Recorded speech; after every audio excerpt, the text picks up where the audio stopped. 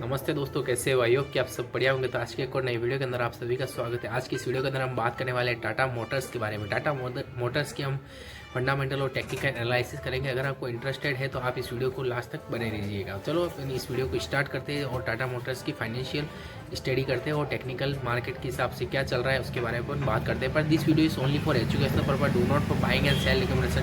Video अच्छी लगे तो लाइक कीजिए भाई, शेयर कीजिए भाई, चैनल को सब्सक्राइब करना ना भूलिए। बस इस बात का ध्यान रखिए, this video is only for educational purpose.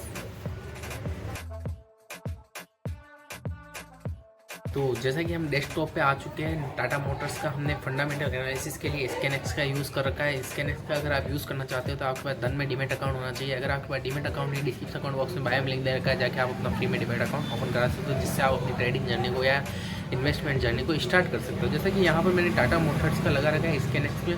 स्कैनएक्स अपना ईजी पड़ता है, इसलिए मैं थोड़ा बहुत देखता हूँ। स्कैनएक्स पर भी देखते हैं और टिकट टेक पे भी देखते हैं, दोनों पर अलग अलग चीज़ें देखते हैं। तो स्कैनएक्स पे जो मार्केट कैप इसका बता रहा है, वो मार्केट कैप है 2,85,188 का मार्केट कैप है कंपनी का। तो दिस इस इंडस्ट्री की तीसरी नंबर के आती है, सबसे बड़ी कंपनी है ऑटोमोबाइल इंडस्ट्री की। बाकी इसका पीई रेशो चल रहा है 8.58 का। बाकी इसका जो हायर हाई लगा है इसने 52 वीक के अंदर, तो वो है 1179 का, और जो लोअर लो लगाया है वो है 717 का। इसका पीबी रेशो चल रहा है 2.85 का। इसका डेट टू इक्विटी रेशो 1.85 है। दिस इज हाई इक्विटी, मतलब डेट टू इक्विटी रेशो 1 से कम होना चाहिए। और कैपिटल रिटर्न ऑफ इन्वेस्टमेंट है, तो आपका मतलब रिटर्न ऑफ कैपिटल के ऊपर जो रिटर्न मिल रहा है वो 19% का रिटर्न मिल रहा है। प्रमोटर होल्डिंग इसके अंदर 42% है और बुक वैल्यू इसकी 217 है। ये अपनी बुक वैल्यू से कम 3 गुना से ज़्यादा ऊपर है। और DII ने बाई कर रखा है 16.37%। बाकी अपन एक और इस चीज़ में बात करेंगे, बाकी जो डाटा है वो अपन दूसरे में देखेंगे।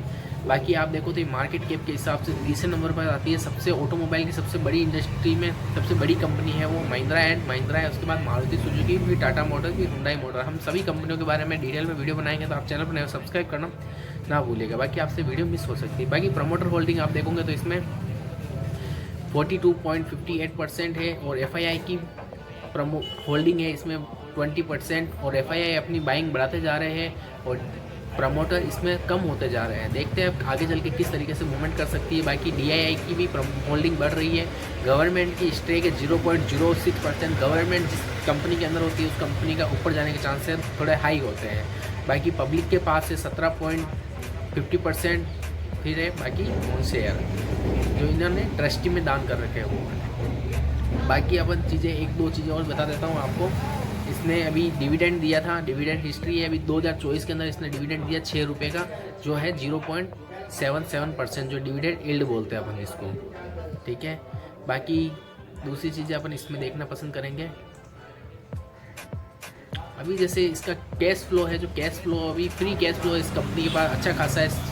36,501 करोड़ का इसके पास कैश फ्लो पड़ा है। ये सब आंकड़ा करोड़ के अंदर होता है, CR में होता है। और बैलेंस शीट पर अपन दो चीज़ देखते हैं, assets and liability. Assets company के पास में 3,69,520 करोड़ की, और लाइबिलिटी कंपनी के पास में टोटल लाइबिलिटी 2,76,426 का। मतलब आप देखो तो यहाँ पर लाइबिलिटी के बराबर ही एसेट्स मतलब बराबर है। तो इसको भी मैं रेड सिग्नल देता हूँ कि कम से कम डबल तो होनी चाहिए, मतलब लाइबिलिटी से डबल एसेट्स होनी चाहिए। रेवेन्यू बढ़ रहे नहीं बढ़ रहे कंपनी के, तो रेवेन्यू रिकॉर्ड मोड में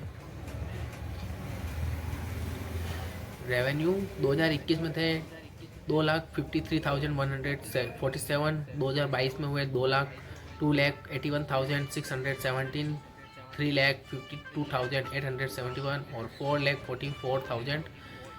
तो रेवेन्यू तो बढ़ते हुए हैं, रेवेन्यू बढ़ रहा है तो कंपनी प्रॉफिट कमा रही नहीं कमा रही, कंपनी प्रॉफिट भी कमा रही है, बढ़ती हुई दिख रही है। तो दिस इस इनकम बढ़िया है। बस इसके पास एसेट्स और लाइबिलिटी में तो डिफरेंस देखा जाए तो एसेट्स लाइबिलिटी में डिफरेंस तो अच्छा खासा है, पर मानता हूँ डबल होना चाहिए, पर एसेट्स से कम होनी चाहिए लाइबिलिटी। तो अपन इसको भी गुड सिग्नल ही मानेंगे, इतना ही नेगेटिव नहीं मान सकते। बाकी दूसरी चीज़ें भी गुड है, तो मतलब अपन फंडामेंटली स्ट्रॉन्ग कंपनी है। और टिकट टेप के हिसाब से 62% आपको बाइंग करने के चांसेस है। बाकी this video is only for educational purpose, do not for buying and second recommendation. चलो अपन चार्ट पे देखते हैं कि टाटा मोटर्स का चार्ट किस प्रकार से अपने को देखने को मिल रहा है। तो अपन यहाँ पर सिंपल सा टाटा मोटर्स लगाते हैं तो यहाँ पर मैंने टाटा मोटर्स का लगाया था। टाटा मोटर्स अभी डेली टाइम फ्रेम पर आपको एक ग्लोबल लो फॉर्मेशन बनाता हुआ देखने को मिल रहा है।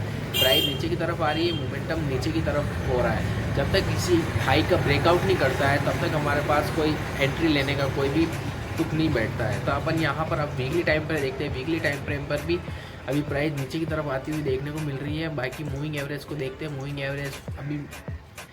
एवरेज के नीचे प्राइस है, मतलब अभी तो इसको बाय नहीं करना चाहिए। मंथली टाइम फ्रेम पर अभी यहाँ तक आती हुई देखने को मिल सकती है। जैसे मैंने यहाँ पर अलर्ट भी लगा रखा है, भैया यहाँ पर आए तो पता चले।